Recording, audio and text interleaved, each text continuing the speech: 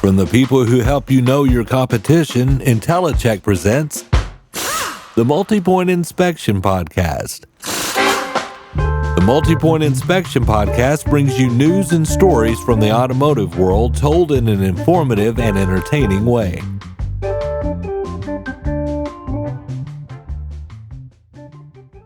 Almost completely flat. This is measuring in between a 1 and 2/30 seconds, which is in the red. That is a failed tire. And these need to be replaced as soon as possible, whether that's tomorrow, definitely not by next service. These need to be replaced within the week or these will fail. When in doubt, I would say instead of trying to save the world, look at how you can save yourself or help yourself in some fashion. And by doing something that seems very selfish on the surface, you're actually being very practical because you are scratching your own itch in such a fashion that you're not purely speculating. You are dealing with the real world, even if it is limited to you, which I can pretty much guarantee you, if it's any type of suffering, if it's any type of desire, there's a very, very high likelihood, probably 100%, but let's just call it very high likelihood, that there are thousands at a minimum and probably millions of people in the world with some close cousin of that, if not the exact same thing in their daily experience.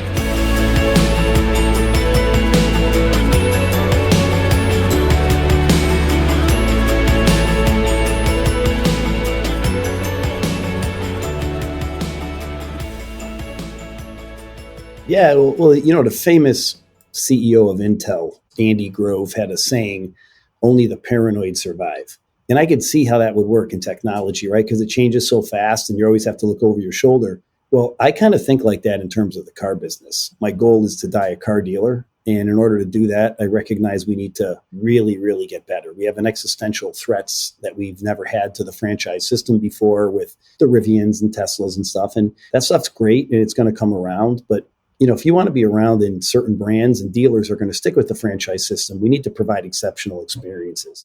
This is Joe Shaker, owner of the Shaker Auto Group and CEO and co-founder of TruVideo.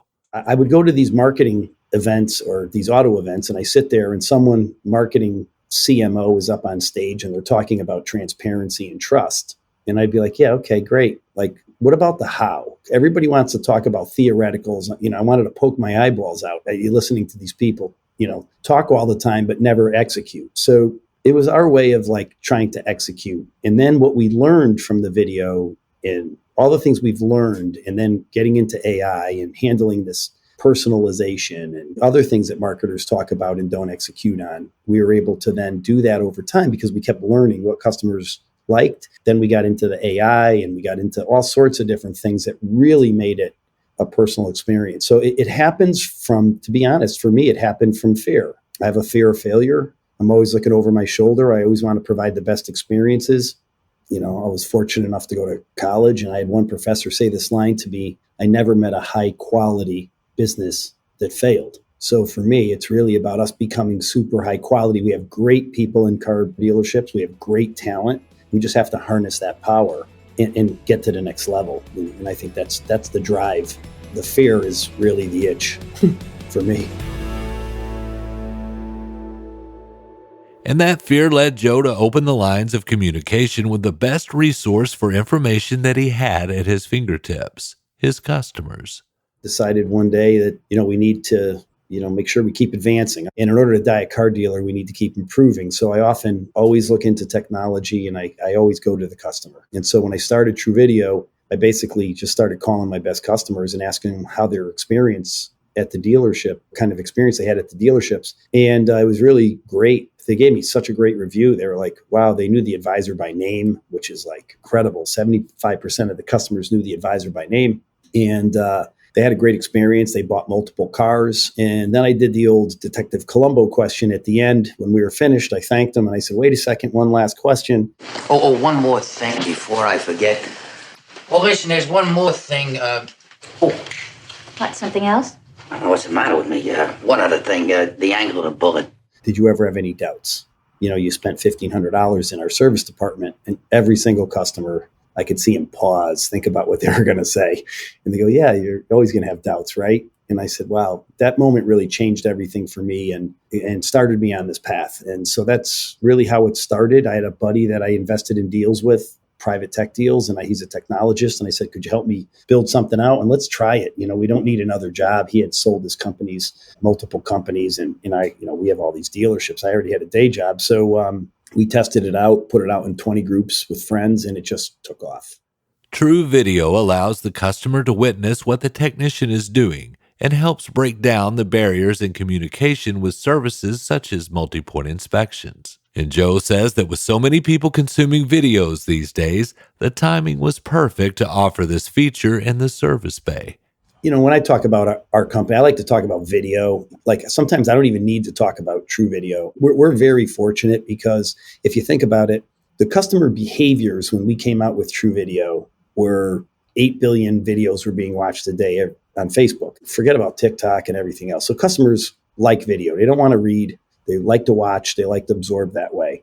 The second thing is there's like 1 trillion texts that done a year. People love to communicate asynchronously. So when we came out with a video first platform and it was messaging, the wind was already blowing in our sails.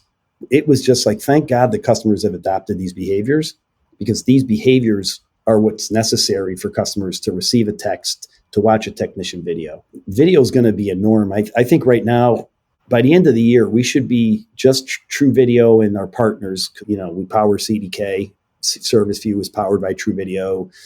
We work with Reynolds in their service. And they're great partners. But, at the end of the year, we should be at 1 million video views per month, not sent out, but views just at TruVideo with our partners. So it's becoming the norm. Everybody needs it. The customer wants to talk to the doctor, not the receptionist. Sales have gone up 30 to 50% when you do it versus not doing it. And CSI has climbed tremendously. I mean, the best OE that does video went from number 11 to 3 on JD Power's SSI survey in 1 year. And then last year, Mazda went from number 3 to number 2. I have 3 Mazda stores, so they kind of had an early look and got on it early, but they're doing a remarkable job. I think it's like 68% or some number in the whole US out of every customer-facing repair order warranty. And that's how we came up with the stats on that for the market is customer-facing. So every customer-facing warranty or customer pay ticket, I think they're in the upper 60s or some crazy number. Every customer receiving a video. That's crazy. If you're not using video, you're not trying, period. So I'll give you another example. We started doing multi-point inspections 40 years ago, and we started doing it because 70% of customers were defecting after the warranty expired, right? Green, yellow, red, all the stuff, even with active delivery at the service advisor. 40 years, present date goes by, and today 70% of customers are still defecting after the warranty expired. We've been doing the same thing for 40 years and nothing has changed. So the reality is that was a form of communication. And even when done properly, it never stuck. So those are things that have been part of my life in the industry. Being a dealer at such a young age, and it was part of my everyday life. Breaking that and looking back on it and going, God, man, how stupid is that? You know what I mean? And so the famous line a dealer told me, customers came in all these years and have been asking us to play them a song, and we decided to hand them the sheet music. Why don't we just play them the song?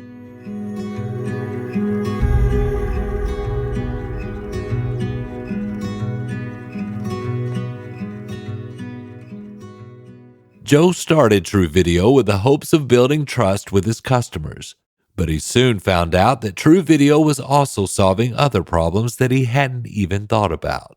I always say this, and this is what's happened with us as we start talking about how we evolved. But first mover advantage is the person who learns first. So what happens is you go out and you start doing video. I'll give you a great example. We started noticing that 34% of all the videos were being shared. Now, I'm a car dealer. I'm used to website stuff, right? They'd go, time on site, bounce rate, all these website analytics. And then we start seeing data and engagement in communication, like just before, during, and after a transaction with customers that we know, not some IP address. So I'm like, wow, this is a whole new frontier of data that we can look. But we saw that 34% were sharing. And we said, wow, what's up with that? So then we went down to the dealerships. Again, we go ask the customers what's going on. And we saw that the traditional method was the technician was making 5 recommendations. The advisor was watering them down to 3 before they even spoke to the customer. And I was like, oh man, I should have realized this, right? But with the 2 main culprits were they were afraid to tell the customer all 5 or give them a sticker shock moment. Or number 2 is they thought the tech was overselling. So here we were trying to solve an external trust problem with the customer, and we had an internal trust problem. So the 5, regardless of what we found out, the 5 went to 3. They tried to verbally articulate it to the customer. They called the customer. The customer couldn't remember. It was like phone game, right? They couldn't remember anything you said. Rod tie, CV boot, VCB boot, whatever. They would call their significant other, confidant, brother, sister, whatever. And by the time the message got to the other person, it might as well have been Swahili. So here you are, you're in a service department, you find needs for a car, they get watered down, and you're not even talking to the co-decision maker or the decision maker 34% of the time. So how would we have ever learned that if we didn't start following video and tracking? So we always joke around with the dealers, and dealers always say, why did I go up so much? Was it that we fixed the communication chain, or was it because people could see and understand? And every dealer says it's a product of both, right? Because now they're getting 100% of the thing, 100% of the time, clear and transparent. No one could mess up the message in the phone game. No one. Everybody sees the same exact transparent message. So that was like one of those crazy learnings that I never thought of when I started. It's like I was just trying to show people what they were buying. And just as Joe went to the customer to find answers while coming up with the concept of True Video, he then went to the people who would be using it in the dealership on a daily basis during the beta testing phase, the technicians. Everybody always looks at me and says, well, Joe, your partner and your buddy, he's a technologist. I mean, he sold his first company to Quest, which Dell bought. I mean, wow, this guy's really smart. And you're a car guy. You guys are just, what a combo. And I go, wait a minute. Like, thanks a lot for the nice accolades and stuff. But here's the reality. I think the brilliance that my partner Douglas and I bring to bear is that we go to our dealers and customers. We don't assume we know it all. So it's good that I'm in the room all the time, and we're not going to do anything developmentally that goes against like how a dealership really operates or real things that happen in a store. So we don't have a lot of slippage like other software businesses. But when we do things, we are out in the dealer. So that when we tested this, we had it was a total of about, when you add all the dealers up, I think it added up to 500 service managers, directors, advisors, technicians. And the input we took from them before we went and just built stuff out was incredible. Like we were like the first to really come up with a pause button, because, you show the car up in the air and then you're going to show it down, and people have a low attention span, right? So you don't want someone to have to take a Dramamine while they're sitting there watching a video and you're shaking it around. So we had a cadence we built around, how you do a walk around. We had a pause button, then you'd lower the vehicle, you'd showcase the filters and everything that's in the car. So you'd be able to describe the car and do it like in a minute, 30 seconds on a standard inspection and do it right. So certain things like that, we learned from the dealers. The other thing that initially, and this still happens today, where dealers go, man, I'm worried about having my techs adopt it, right? So when we started to design the adoption, we were like, well, let's just go to the techs and tell them what's in it for them. I mean, the communication chain is broke. They had 5 recs, only 2 got to the customer. We're going to fix that. And by the way, the response time is 2 minutes, 37 seconds when someone gets to video. How many times do you take the car off the lift while they're trying to get a hold of their significant other or confidant? Just using that same one example, you take it out in the yard, then you got to bring it back if they give approvals. You're just wasting so much time. So don't worry about a minute, 30-second video. One, it's going to get the message. You're going to have more work. The customers are going to love you more, and you're going to save more time. So when we started learning how to go to the techs and approach them, it was like, look, this isn't like coming down from corporate type of stuff. This is the best minute 30 you're going to spend in your lifetime.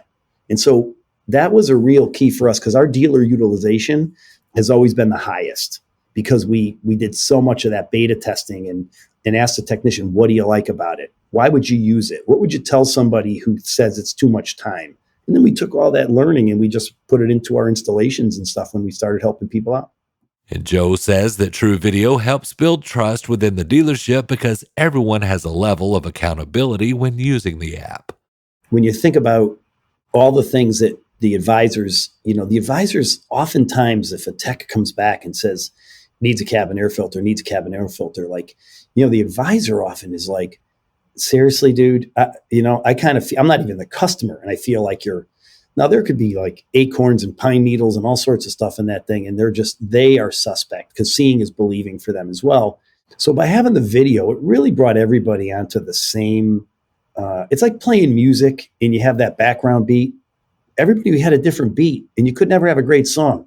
It brought everybody onto that same beat where everybody was looking at the same stuff, playing to the same beat. And it just really dialed people in closer together because it really did clear up the service advisor technician. And by the way, it holds the advisor accountable too. If I send you the video, we have dealers that do direct send.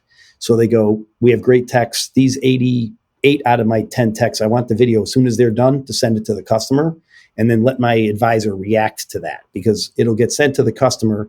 When the customer opens it, it'll say, hey, boop, Joe opened it, etc. So we want the interaction to be like that for, quarter time or whatever reasons. And then we have dealers that want the advisor to get it, review it, and then send it. So there are some advisors that would get it and never send it. And I'm like, wow, man, if somebody packaged up your presentation and you didn't send it, what did you do when we didn't package up your presentation? Did you ever actually call the customer or did you just do the oil change and just let it go? And then we had gaps. Like we had advisors that would look at it and the time, and this is all the data that we're recording now, which we never had in service. From when an advisor receives the video to when they send it, 10 minutes, 46 seconds was the average in our first 7 million videos that we did. We're up in the 30 millions of 35 million now. So you're like, wow, man, if I have 50 ROs and that's the average time, that's a lot of minutes. Should we go direct send? Do I have an advisor that's sending it to the customer quickly? Or do I have an advisor who sits on it? Why are you sitting on it, right? So everything, it left a popcorn trail from when it was taken, when it was sent to the advisor, when the advisor sent it, when it was viewed by the customer, what our response was. And with telephone and all that, we had no clue as to the time elapsed and any metrics on what was happening. So those have really been the things that have built trust because everybody has a level of accountability and it's built trust amongst technicians and advisors both ways, not just the video, but the technicians knowing things are being done in a timely manner. We'll learn how TruVideo's incredible use of AI makes it more than just a video app, after a word from our sponsor.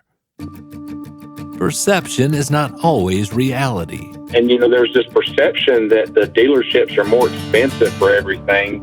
And IntelliCheck kind of confirms that that's not the case. IntelliCheck helps dealerships become aware of where their prices stand in regard to their competitors.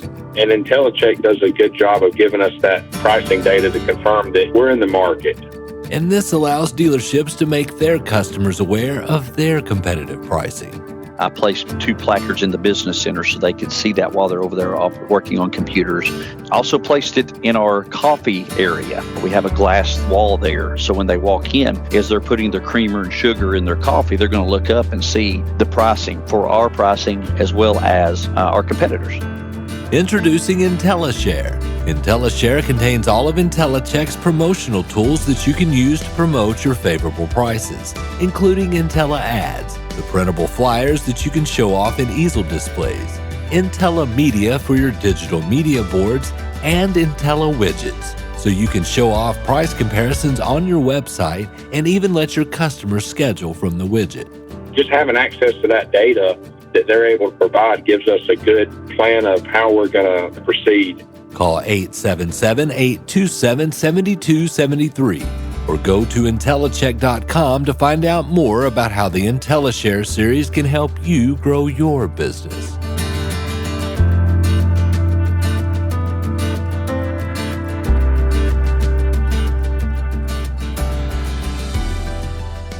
I mean, we've been working on AI secretly for 1.5 years, and you can type in an answer to a customer and you press send.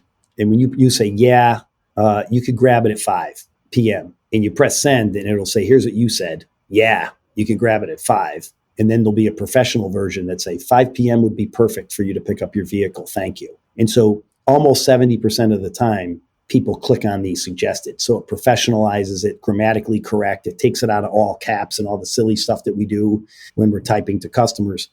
And we had a young lady who's an unbelievable service advisor, highly ranked California dealership, and her name is Daisy. And I said, Daisy, what are you using? She goes, I'm using the suggested phrase. And I go, wow, that's pretty great. Why are you using that? And she goes, I don't know. It makes me feel smarter. And I was like, wow.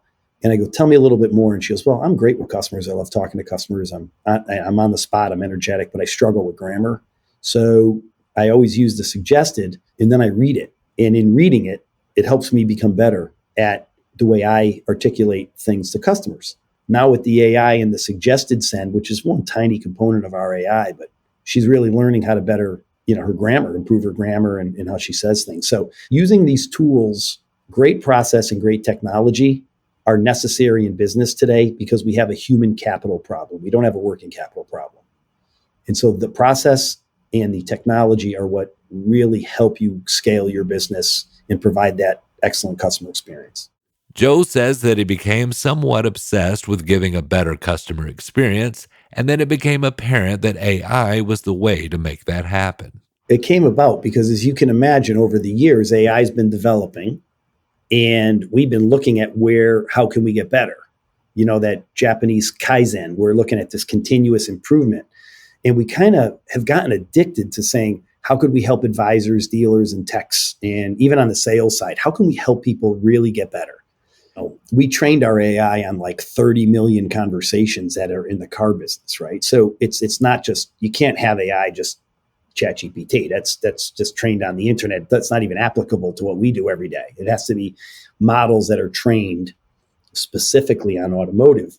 And we had our AI train on all the stuff the technicians were saying too. So we take what they say, we transcript it, we have it. So it's learning and learning and learning. So it was something that we didn't think of at the beginning.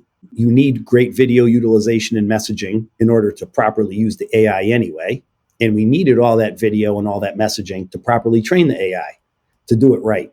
And that's why we kind of secretly did it and never talked about it. And when we started talking about it, we already released it to like 100 dealers and had it in market being used by some of the top dealers where we can get their feedback. But I'll tell you, it's crazy what we've done with AI.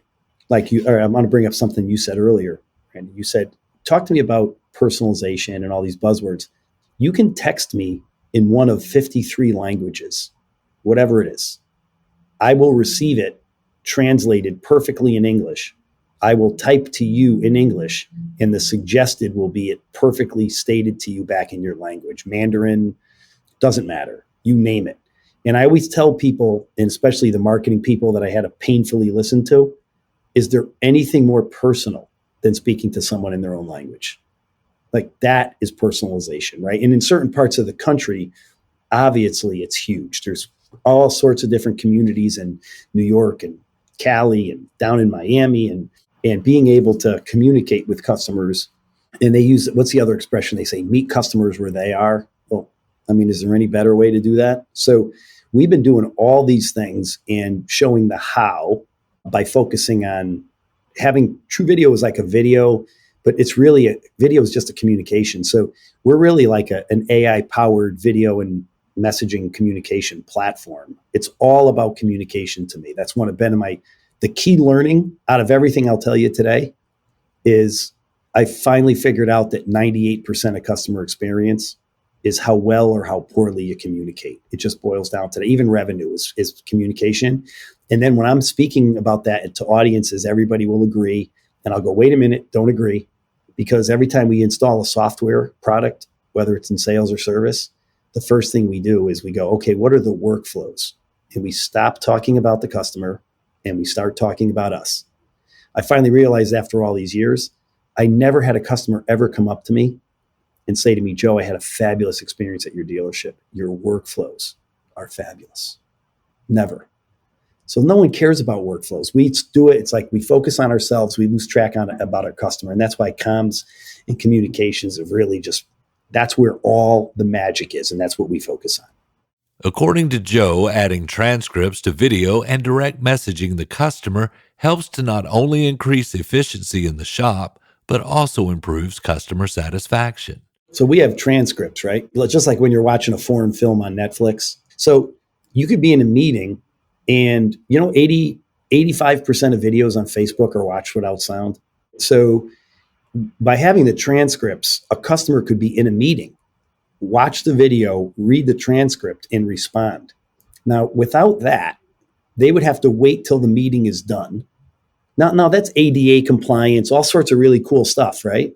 You can click on Spanish and the English-speaking technician, you'll read at the bottom in Spanish, just like you're watching a Netflix. But either way, I don't have to take the car off the lift.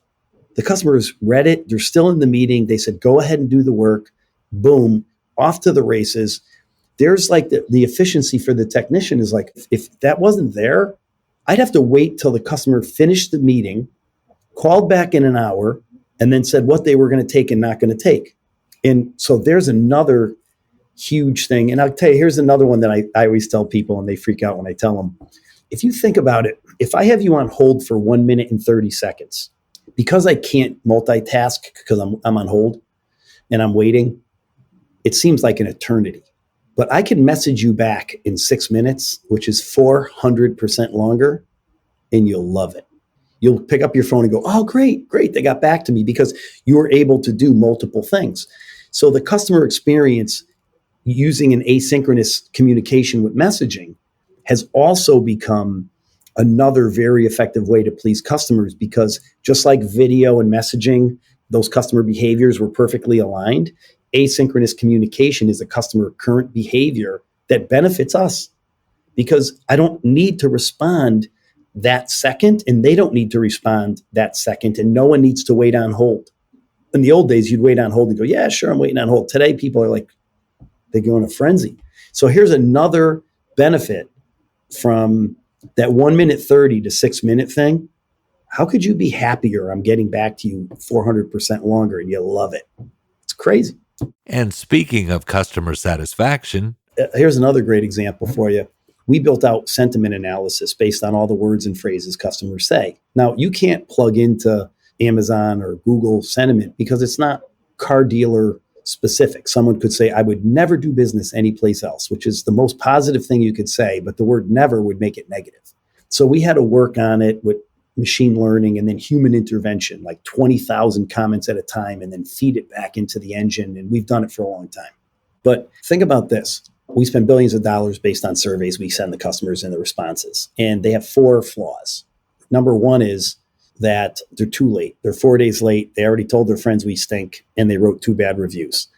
The second one is only 10% of people fill them out.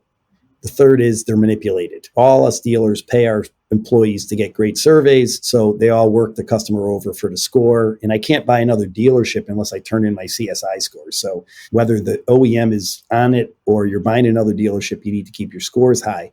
And lastly, there's a survey bias, the fourth one, right? We had a customer we helped out with something. She baked our whole service department a cake.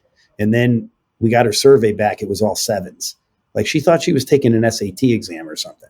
So despite those inherent flaws, we use surveys today. Well, what if we could know how the customer feels right now, this second, based on what they say?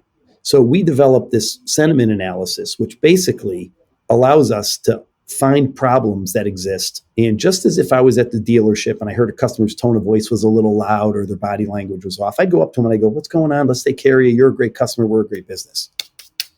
Probably prove myself to the customer and build a customer for life. Generally, the lifetime customers are ones you've proven yourself. Well, if I have somebody that says a very negative comment, we text the manager 3 seconds after we analyze the comment as very negative.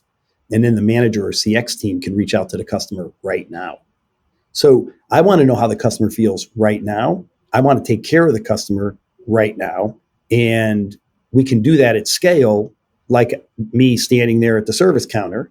And here's the best part about it is that it's kind of like a cheat code or a hack to surveys, because I'm putting out bonfires when they're small and none of them ever grow into a forest fire. So I'm not getting the 3s, the 2s, the 0s, and all those bad surveys because I detected it in the conversation and I was able to address the problem immediately. So these are things that we're doing. Like, I want to know how the customer feels right now, and those are the things that we've always wanted to know. But anyone can shoot video on their smartphones these days, right? So why the need for TruVideo? Joe explains. We talked with a lot of technicians when we designed it, and that's the best way to make products. And I'm old now, so, I kind of know all these. I've made a million mistakes. So I've learned, you go in and find out, what does the user want to do? So we know that technicians wear gloves, so our button was a big button to start the video, pause button, and all these different little nuances that we made sure we put in it.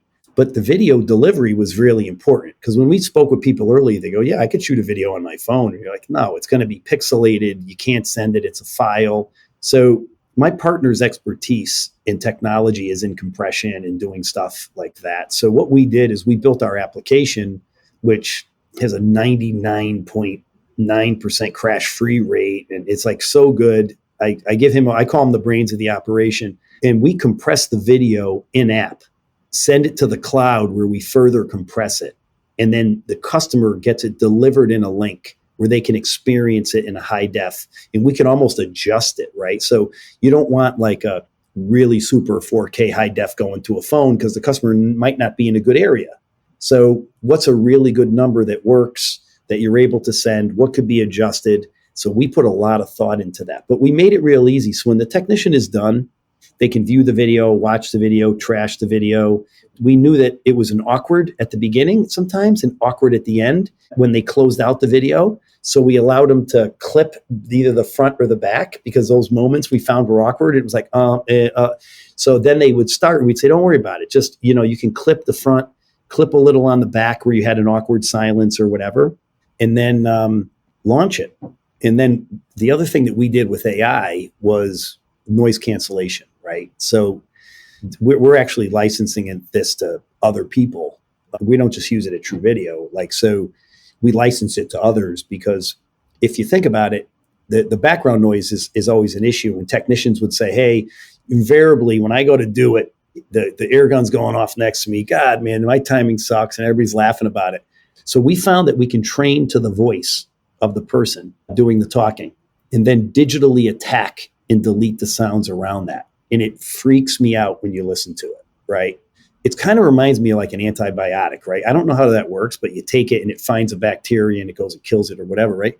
But boy, what a difference, because it trains to that voice, and someone could be firing off an air chisel next to you and it'll blow it out. It's like, we tried all these other things, the standard ones for years for noise cancellation, the stuff we would see forever.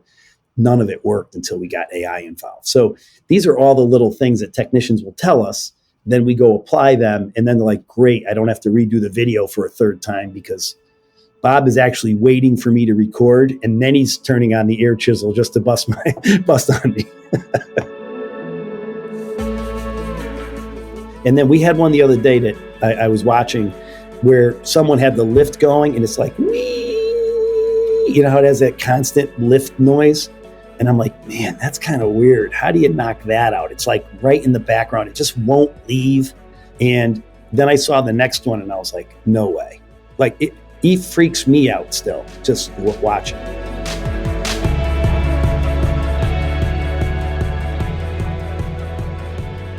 One of the key things that I would tell service managers and technicians and stuff when we would go in and introduce them to this new technology, which isn't really so new, but some people fall behind.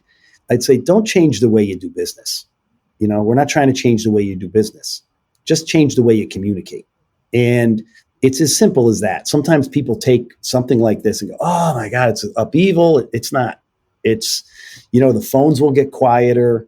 Customers will be happy with asynchronous. The videos will start to flow. You'll be able to follow the communication popcorn trail on timing. There won't be this, when did you call them? What, did you call them back? Did you not call? All of these things, just don't change the way you do business. Change the way you communicate. That would be one of my key things. It's kind of funny. I have a lot of friends of mine that'll say, well, I like to read the reports that I get from this specific software. And I'll go to the manager and I'll go, all right, just be honest with me, because I'll go look it up. I have a friend at that company and I'll find out, how many times have you pulled those service reports and looked at them? And it's like once every 2 months. So you must really love that report. Don't worry about the report. follow up on how you communicate to your customers. When you start with video, it's video utilization. 1.0, 2.0 is quality and length. That's your step number 2, right? Because you got the utilization up. Now we want to do quality and length. And then step number 3 is really applying the AI in order to just keep leveling up that experience so that the dealer franchise model and OEs that work with us together can be in business for the next 100 years.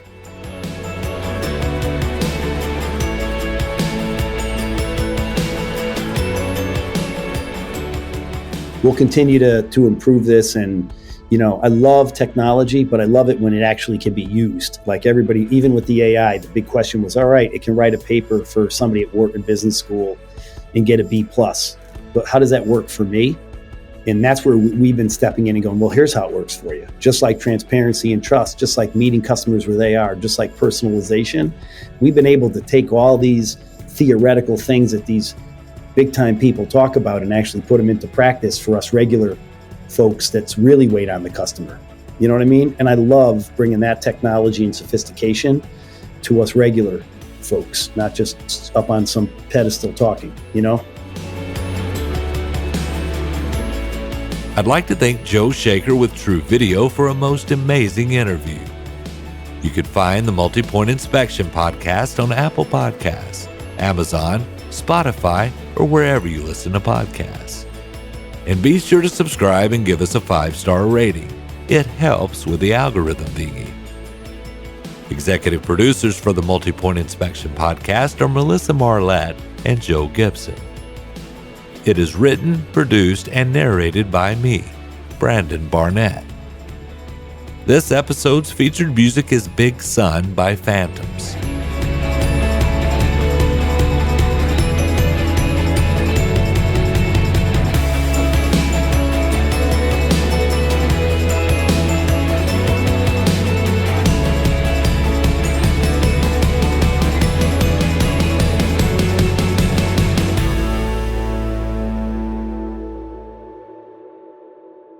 IntelliCheck. Know your competition.